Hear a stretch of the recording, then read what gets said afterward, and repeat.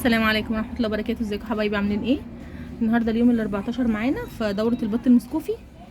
زي ما حضراتكم شايفين كده، طبعا احنا غيرنا مع بعض الفرشه امبارح، عشان كده انا امبارح قلت الفرشه كل ما تكبر، كل ما البط يكبر معانا بنغيره فتره اقل، علشان كده احنا هنغيره تاني بكره، يعني ده خلال يوم. بصوا يا جماعه، بس اخد مكان تاني تحتيهم ازاي، فما ينفعش ان احنا نسيبهم كده بكره كمان.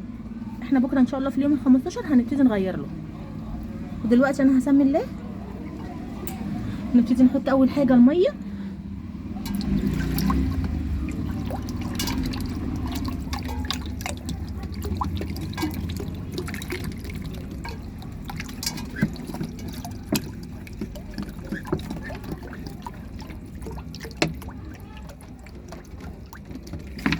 وهنحط كمان مع الميه بتاعتنا معلقه الخل اللي اتفقنا عليها ان هي كل اسبوع.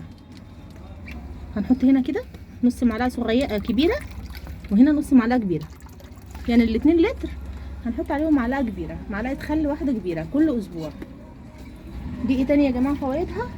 دي بتشيل اي سموم في جسم الطائر بتاعنا، اي يكون بقى بط، وز، فراخ، رومي، اي حاجه عند حضرتك. تيجي كده نسمي الله ونحط لهم الاكل.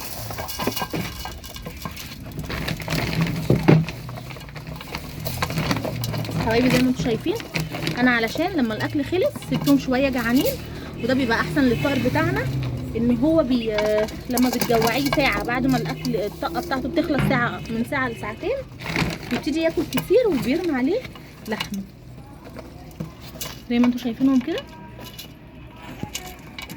ده كان الفيديو بتاعنا النهارده حبايبي، هو فيديو قصير بس انا مش حابه افوت لكم يوم علشان نشوف الدوره ماشيه مع بعضها ازاي.